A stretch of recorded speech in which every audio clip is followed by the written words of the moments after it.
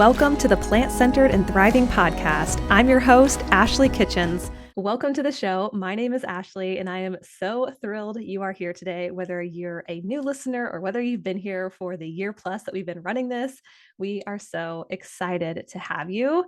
So I'm really looking forward to this conversation. So I'm talking with Kathleen today. She's another registered dietitian, but she specializes in plant-based eating for endurance athletes. And it was a fascinating conversation because this is kind of the opposite of what I do, if it's possible to even say that there's an opposite, because basically what I do is just strength training. And what she's talking about is like all cardio with a little bit of strength training. And what I do is a lot of strength training with a little cardio. Anyways, so it was really cool to hear her give some practical tips on how endurance athletes can fuel and nourish their body, especially when they're plant-based, ways endurance athletes can optimize their day-to-day training. We talk about that, and just some things that her and her husband, Dawn, which she talks about how what they use and kind of specific things that they eat before going out for these long endurance training exercises and even race day, all that kind of stuff. So it was a really neat conversation. So Kathleen, like I said, she's another registered dietitian, which, I love talking with other dietitians.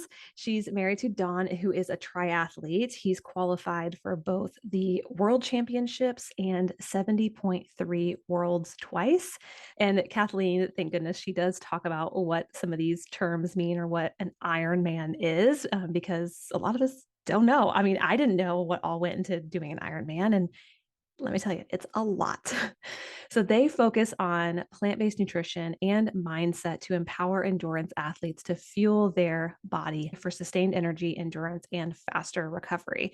Kathleen's plant-based journey has evolved over the years, but a little more than 10 years ago, she started changing the way she ate so that their plant-based nutrition could support Dawn's athletic goals. Kathleen meets athletes where they're at on their nutrition journey and provides the tools and concepts for them to make sustainable changes that provide the support their body needs to thrive. And she does this without counting macros, without counting calories, which I really appreciate. So I like the way that she approaches this endurance space without counting and kind of leaning more just into the intuitive side of eating and recovering. So please join me in welcoming Kathleen to the show. Welcome to the show, Kathleen. Thank you so much for having me here, Ashley. Yes, I am so thrilled to have you. So I've actually been following Kathleen for years, and anytime someone reaches out to me related to anything that's like long distance related and plant-based eating, I send them to Dawn and Kathleen, which we will show you where to connect with them and everything, just because they're such a wealth of information when it comes to endurance training. So Kathleen, before we get into all those great details, I would love for you to tell us just a little bit about yourself and also how you became plant-based. Yeah, sure.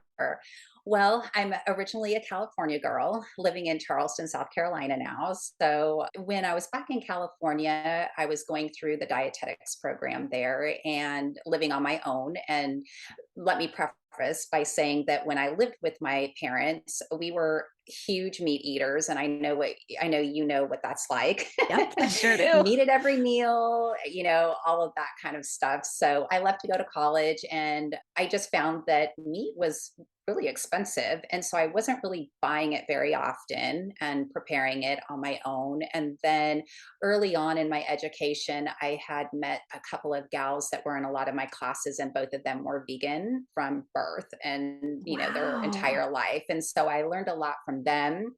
And then I learned a lot in my classes just about animals and the whole process and everything. And it just really didn't sit that well. So little by little, I just started taking the meat out, and I really didn't miss it.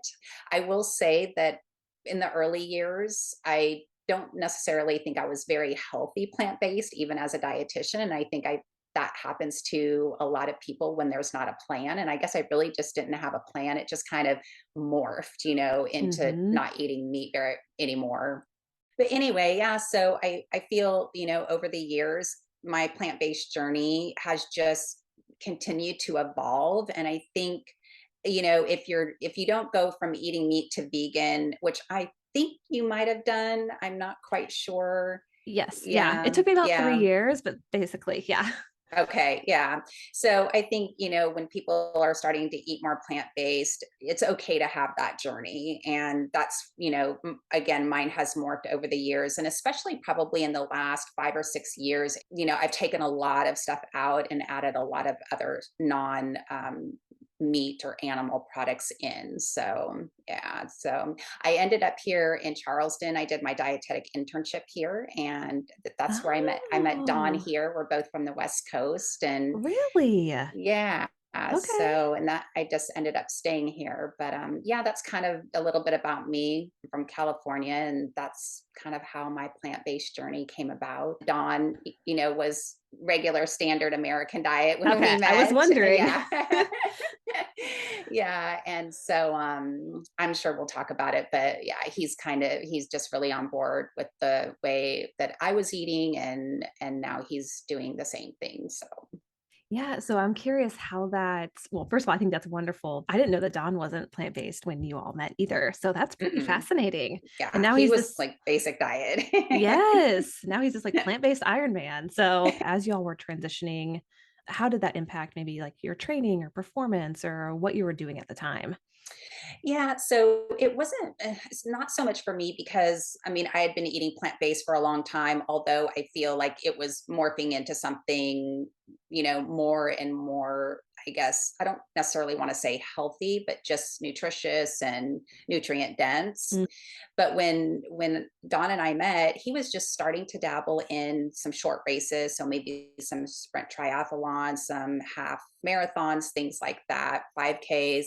And we were dating, and little by little, the distances started to get longer, and he was doing well. I mean, he was a good athlete, but he really wanted to improve, and he wasn't sure exactly how to do that. But in triathlon, they call nutrition the fourth leg of triathlon because it is so Oh, important. yeah.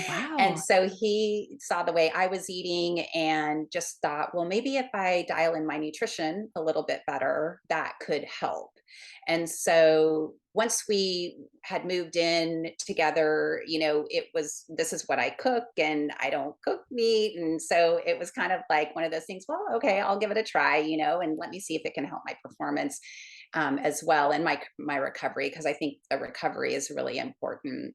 But anyway, he started just kind of eating the way I was, and we were trying to kind of tweak and adjust some things, just again because he's an endurance athlete. He just found that he was performing better, he was recovering very well, so he didn't have like a lot of sore long days.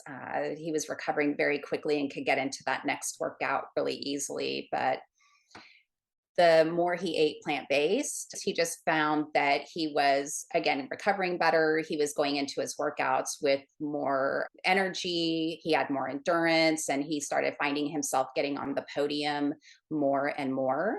And so his big goal was to qualify for the World Championships in Kona, Hawaii.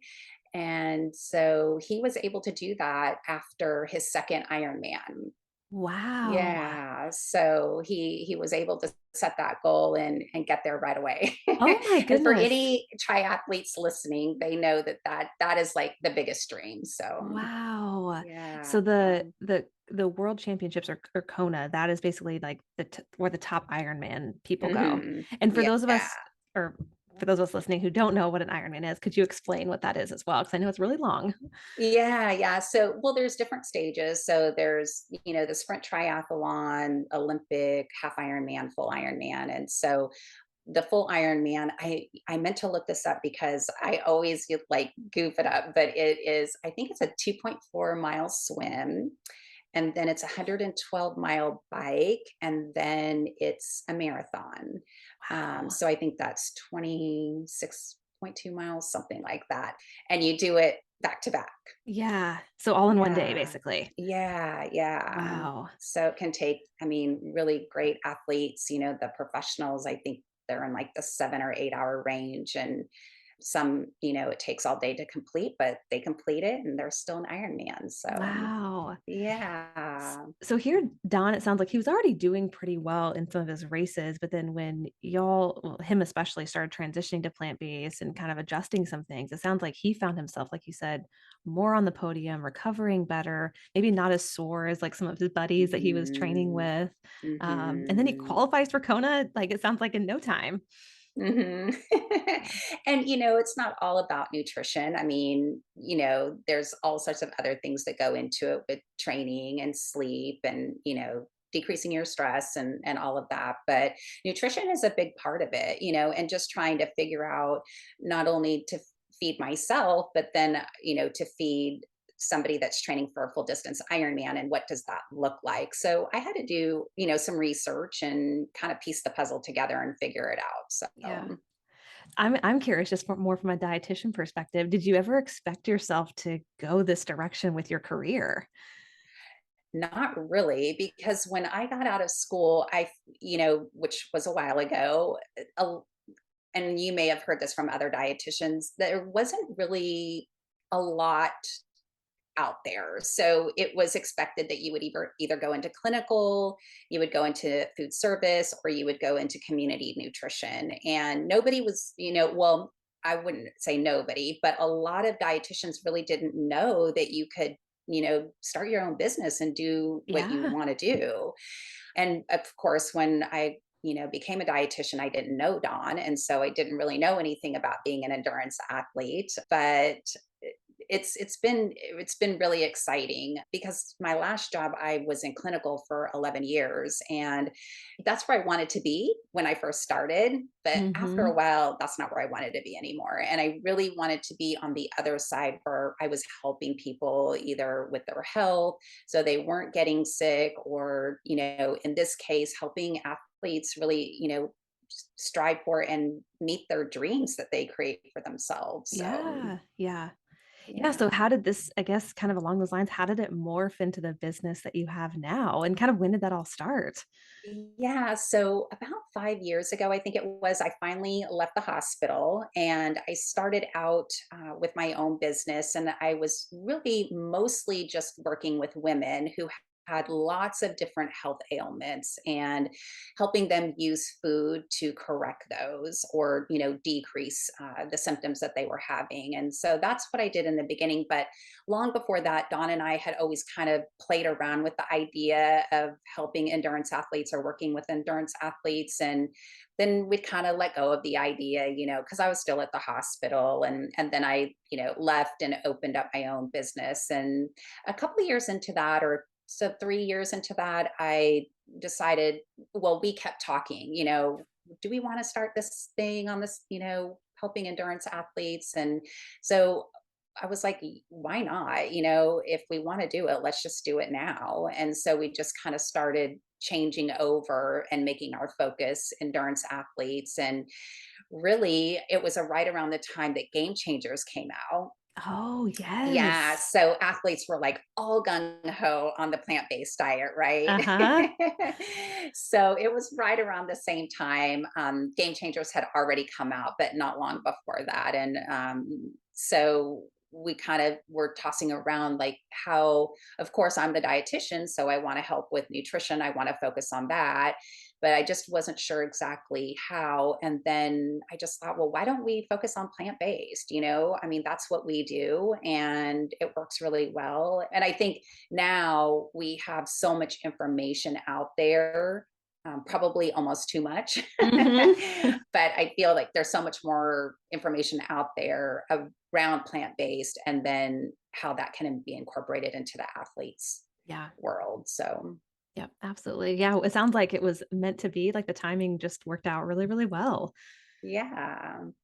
So when clients are coming to you or you're working with clients or people are asking you questions kind of in this space of plant-based and also being an endurance athlete, what kind of struggles or common things do you see that people are, have just having a tough time with, maybe need your guidance?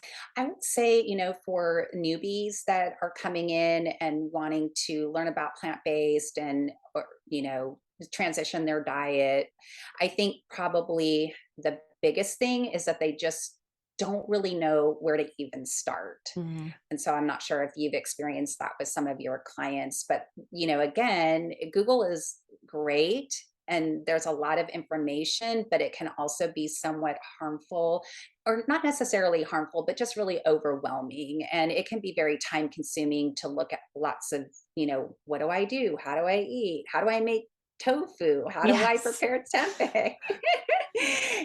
So it's like a big puzzle and you have to put the pieces together. And truthfully, endurance athletes just don't really have a lot of time because, they have full-time jobs. A lot of them have families, and then they're trying to fit in, swim, bike, run, and train for lots of races. So they just don't have a lot of time to do all that. So I feel like for newbies, the biggest thing is that they just really don't know where to even start. And then if they've tried on their own, a lot of them end up under fueling. And so they really feel this in their long rides or their long runs. They're kind of hitting the wall or bonking. And it's like, well, why? What's going on here? For more of the seasoned athletes, I feel that one of the biggest struggles is that they really don't understand how much nutrition they need to support their body, and many of them are just under fueling, and Mhm. that's a big thing that I see. And in the sports world, you want to be fit, you want to be lean, you want to look like everyone else because lean equals fast, and that's not necessarily true, but that's the belief.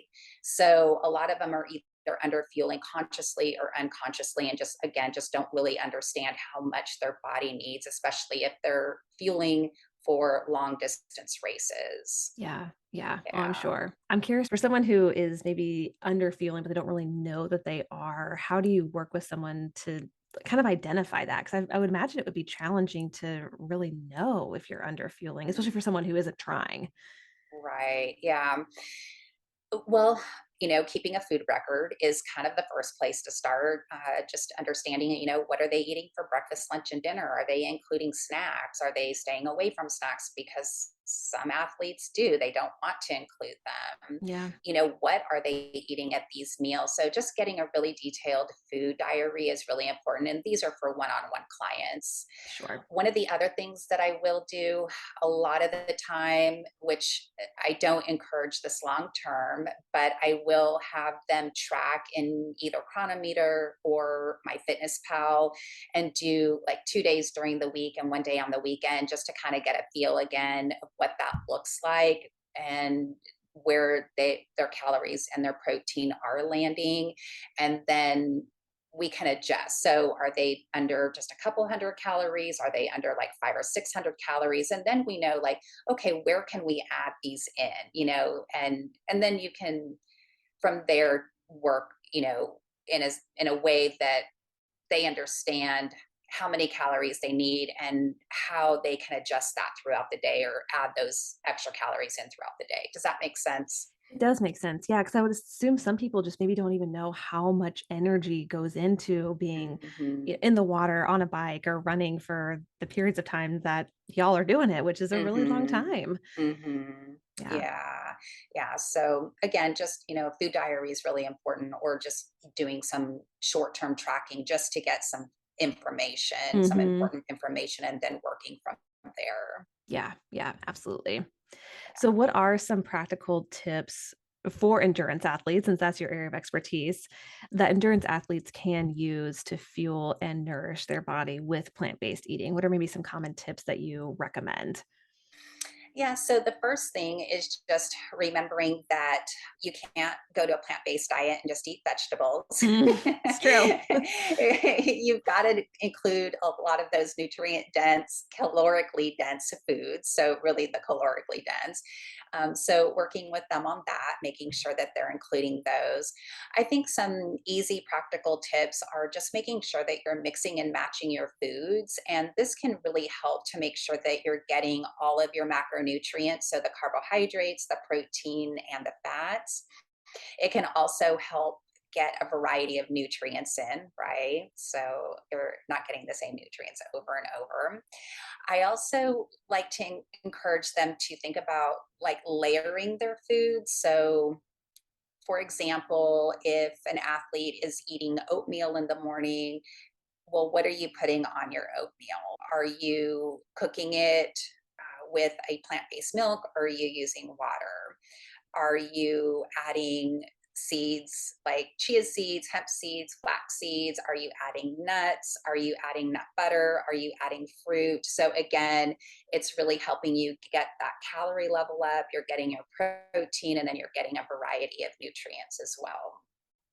And then I feel like athletes, a lot that I've spoken with anyway, they really pride themselves on eating the same things over and over. Mhm. And I want to discourage that to a certain degree and really encourage athletes, to nourish well. You want to be including variety. So just, including, it doesn't have to be every day. You don't have to eat something different every day, but just mixing it up, week to week, or, you know, just making a conscious effort of that. So eating by season can be really helpful in getting different, vegetables and fruits in. And we know that, when you have variety, you're not only getting different variety of nutrients that's really important, that supports the athlete body, but we know that it's really important for good gut health too. And when we have good gut health, we have good overall health and longevity. So that's really important, because I know these endurance athletes want to be doing this into their 80s and 90s. Yes. Yes. Didn't So Rich Roll just have someone on who was, like, in his hundreds? I think he was still running a marathon? probably, Something like yes. that, yes. Yeah, you're Yeah, right. we have a local triathlon series here, sprint triathlon series in the summertime, and there used to be this man there that raced, and I don't know how old he was, probably in his 80s, but he would do the swim, and when he would get out of the swim, somebody would be standing there with his walker, and he would use his walker to Oh, get to transition, and then he'd get on his bike, and then for the run he would use his walker the whole time through the run. And I was like, oh my wow. gosh, Dom, that's going to be you. Oh, yeah, probably. Wow, that's amazing. I mean, the body is Yeah. amazing. Yep. Yes, so yeah, just really making sure that you support your body well with nutrition Mm, is going to be really important for just that long term in the sport, yep, as well yeah. as health. So Yeah. yeah. Yeah, I like what you said about layering your foods. So even I mean, Mhm. oatmeal is such a great example because if you just eat oats for breakfast, first of all, that's kind of boring. And also Yeah. it doesn't really taste that great. But when you're layering in, like you said, nuts and seeds and, fruit or Mhm. different things, not only Mhm. does that, like you said, give you a variety of nutrients and help promote improvement of your gut health, but it also, I'm sure, gives you just more caloric density to, again, go Yes. for long runs and go for long bike rides as Mhm. well. Yeah, another great example is a salad, because it's quick and easy. And so I know lots of athletes will do salads at lunchtime. And so you really want to think about your salad. Is it lettuce and vegetables, or is it lettuce and a variety of vegetables? And do you have a grain on there, or beans? Are you adding nuts and seeds? And, so again, just kind of layering. So a lot of the time, especially if I'm cooking from a recipe, because a lot of the time I do cook from a recipe, but I kind of make it my own as well. I just kind of use it as a little bit of a guidance. I always think, what else can I add here to, add flavor, add calories, add protein, add nutrients. So I'm always trying to think of, like, how can I layer some things on here to really make it a robust plant-based meal. Yeah. Well, I feel like that's a really practical tip for anyone listening, whether you're an athlete or not. I mean, that's just helpful to get in more variety, like you said. And Kathleen, Hmm. I thought what you said was really great about zooming out and kind of looking at your week versus like really nitpicking what you're eating every single day, but thinking about variety on kind of like a week to week basis or even a seasonal Hmm. basis. I like Hmm. that idea as well. Mhm, mhm. Yeah. Yeah, and, the seasonal can be easy, then you're not so focused on, "Oh my gosh, what did I eat last week, and how do I need to change it up this week?" Right. And it just becomes normal, and just it is after a while. You don't really have to think about it anymore, but that can be helpful. And also just going to the produce aisle or the grain aisle, the bean aisle, and just picking something that you haven't had in a long time or you've never tried before can be easy as well. Yeah, absolutely. So, Mhm. kind of along those lines, I know you talk about optimizing your day-to-day training, but what are maybe just a couple ways that endurance athletes can optimize their day-to-day training efforts and overall athletic performance? What are some ideas that you Mhm. have there? Well, I will say this again. The most important thing is just making sure that you're eating enough. That is going to be really important because, if you're not eating enough, going into your workout, it could be lackluster. Maybe you're not hitting your training goals. Maybe you just don't really have the motivation to go in. You don't have the motivation to finish, so you want to make sure that you are fueling before you go into your workout. And again, it doesn't have to be this large meal. It can just be something small, like maybe it's a piece of fruit, a banana. Athletes love bananas. They're easy to grab and easy to eat.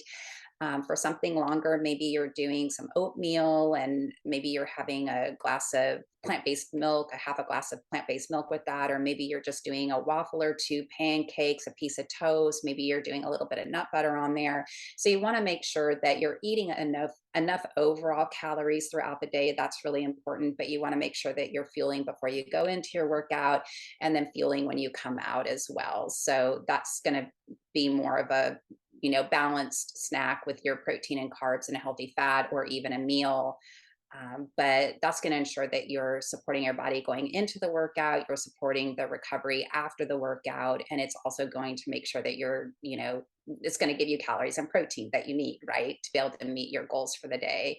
So if you're under eating, coming out of especially a long workout on the weekend, you're just going to feel dead, and all you want to do is just lay on the couch and watch Netflix, Mhm. which is okay. But you just don't want that to be what happens to you every time you do a long workout. So just making sure that you eat enough, and then again, making sure that you're fueling before you go into your workout and fueling after. And again, just focusing on variety, because when you focus on variety, especially with the vegetables and the fruit, you're really getting those anti-inflammatory and antioxidant nutrients in, and that can really help with recovery as well. So So you're saying yeah. plant-based eating plant-based might be a little beneficial in the recovery scene with those antioxidants. Yes, Yeah. definitely. Yeah, it sounds like Don especially noticed some of that, as he was transitioning as well. Hmm. Yeah. Hmm. Yeah, and I've noticed that just from a strength perspective on my end. I'm not an endurance athlete. I lift weights, but I've noticed, again, Hmm. eating a lot of plants and being plant-based has helped my recovery time. I feel like I'm less sore than the people that I work out with. I'm able to get back in the gym quicker. Hmm. So there's something to it, y'all. I'm telling you. Yeah. Yeah. Exactly, yeah. Well, you had briefly touched on it, ways that athletes can recognize if they are underfueling. What are the symptoms if they are underfueling without really knowing it? I know we talked about it a little bit before, but without counting or putting anything in a system. Yeah, I mean, obviously low energy, so whether that's low energy throughout the day, maybe you're having some brain fog, maybe again, you're just not very motivated to go into your workout, or you're not that motivated to finish. Maybe you're not sleeping well. For Mm, females, maybe they're not getting their period anymore. You've got a lot of stress. So there are just like a variety of things that can pop up for individuals. Maybe you're feeling cold all the time, if you're not getting enough calories. So, yeah, I think mainly, the first thing is to, really check in with yourself, and where is your energy, and how are you mm, recovering, and how are you feeling after your workouts, yeah. and going from there. Yeah. Yeah, I would imagine if your recovery times are having to be lengthened or, having to put days maybe in between your training days, that would be a sign that Mhm, maybe potentially there's some mhm, underfueling there. mhm. Yeah. Also, getting injured, having stress Oh, fractures, yeah. that can be a sign as well. So if you're really in your high training mode before racing, where you're just putting a lot of stress on your body, your muscles, your bones, injuries can happen if you're not, especially if you're not eating enough. Yeah, yeah, that makes sense. Well, Yeah. let's dive into some specifics. I know Don, and you as well, has some things that he likes to eat before, during, after, and I know that people are interested just to learn about, well, what is an Ironman? What do they eat? When they're training or when they're on their bike. So maybe what are some go-to foods for fueling during training? Let's say for whether it's I don't know if it's different, whether it's for a sprint triathlon or for something that's a little bit longer. What are maybe some go-to things that y'all pack? You want to be practicing in your training to what you're going to use in your race. So you don't want to try anything new on your race day. Don't ever do that. Good tip. So, some actual foods that you could use during training. One thing Don will use sometimes is a picky bar protein bar, and granted, this is different for everybody because it just depends on your digestive system. Don's digestive system is steel, and he That's doesn't have nice. any issues. That's why you want to practice in your training so you know what's going to work for you on race day. But he likes the picky bar protein bars. Some other things that a lot of athletes like are dates. Because they're easy. Some will fill them with peanut butter, but that just gets a little messy, I think. And so I don't necessarily recommend that, especially if you're going to race or train in the heat. That might be a disaster, but just carrying some dates, even just some, crackers, anything that you really that's easy that you love, whether it's graham crackers or saltines or any kind of carbohydrate, I guess. Pieces, a banana, an extra banana, he'll carry that on his bike, along with a protein bar. So I guess it just really depends on the things that you like, but those are some options. So basically, whatever you're doing during your training, also do the same for your race day. Uh, Yes. but it sounds like just it's some easy things that you can kind of pick up and put into your mouth. Mhm. And I guess you can also pack on your bike or even carry with you if you're going to go for a long run. Yeah, so you always want to have your sports nutrition, whether it's liquid or, they've got some plant-based gels out there and things like that. So you always want to have that. But if you're going to use some real food as well, you just want it to be really carbohydrate based. You want it to be easy to handle, something that you can either put in pockets or a race belt or in the back of your cycling jersey. So again, it's just kind of depends on what people like to have. Yep. Yeah, that makes sense. So things like you said, dried fruit, like dates, for example, or Mhm, saltines mhm, or graham mhm. crackers, banana, if you want to, take that Yeah. with you, things like that. You could do, peanut butter and jelly. That can be very easy, or peanut butter and honey. I know some people like that. Even like I said, a protein bar. And what Don will do is, sometimes that's just the easiest thing for him to grab. And what he'll do, especially for a race day, is to cut it into little bite sized pieces. So it's easy to handle. Yeah. So, yeah, so he can just kind of eat that along the way on his bike. So, Okay. yeah. Nice. And what are some things? I know we talked offline about this. Like when he's going out for like a long training day, maybe what are some things that he eats before and things that he does to recover afterwards? Yeah, so a lot of the time, oatmeal's a go-to. Hmm. It's just easy. You can, do overnight oats, make it the night before, just pop it in. Because again, if he is training for a half or a full Ironman, he's got to leave Charleston where it's very flat and go find some hills, and that's about an hour and a half away. So he wants something that he can just heat up and take with him in the car. So he'll usually do some overnight oats or he'll do the picky bar oats. He really likes those. And I know a lot of endurance athletes like picky bar products. He'll typically take either some toast with some peanut butter or a bagel with peanut butter, especially for, a long ride or a long training day where he's got to go away and he's going to ride for several hours and then do a small run afterwards. Um, if it's just something short, he'll just do maybe a banana. If he's going to swim, he'll do some oatmeal, something like that. And then afterwards, typically he just tries to eat his meal. And that's just, that's fine for recovery. You don't necessarily need a recovery snack if you're going to be eating a meal shortly after the workout.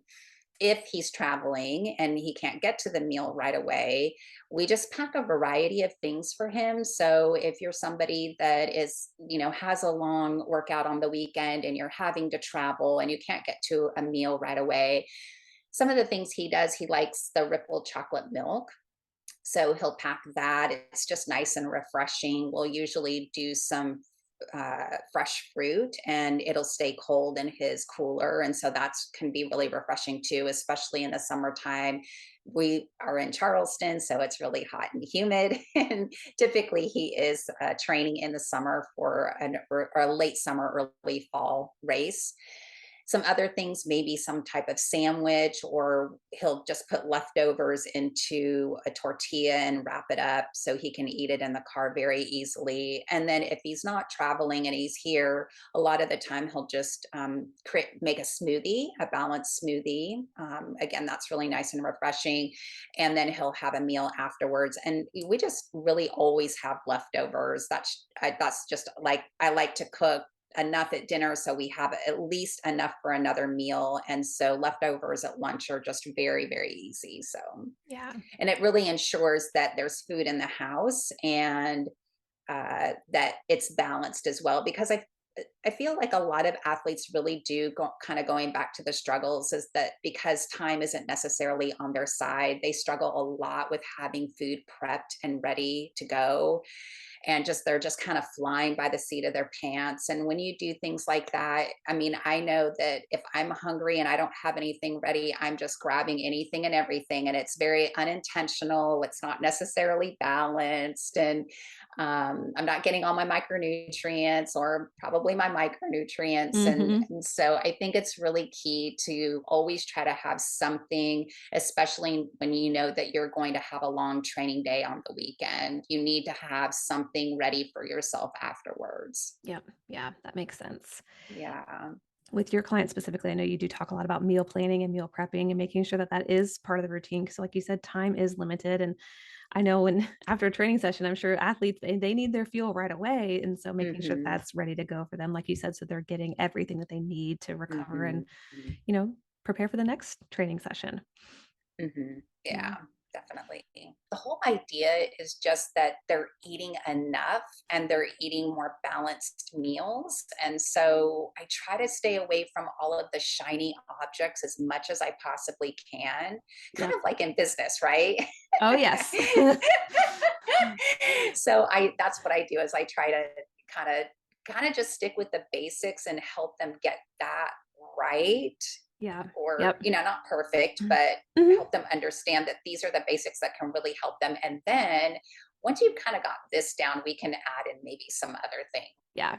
Yeah, that makes sense. Because I mean, even in plant-based eating, it's like, "Well, should I be taking collagen or should I be, Yeah. worrying about this protein supplement that I could be taking?" I mean, like you said, there's so many shiny objects out there. It's like, "Okay, well, let's get the basics done first. Let's make sure that everything feels good here, and then we can kind of build upon that." Like the layering that you talked about with your meals, we can Mhm. layer. It's just like, let's get the foundation first, and we'll go from there.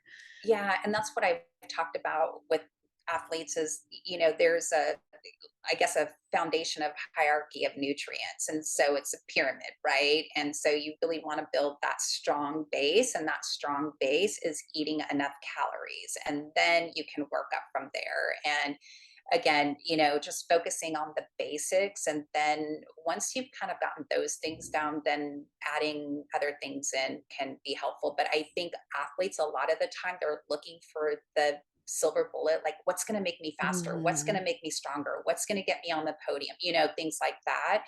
Yeah. And they're just ignoring the basics. And so again, just really focusing on those basics can be really helpful in getting them to understand how to fuel their body better, and then adding in the shiny objects Yes, later. there we go.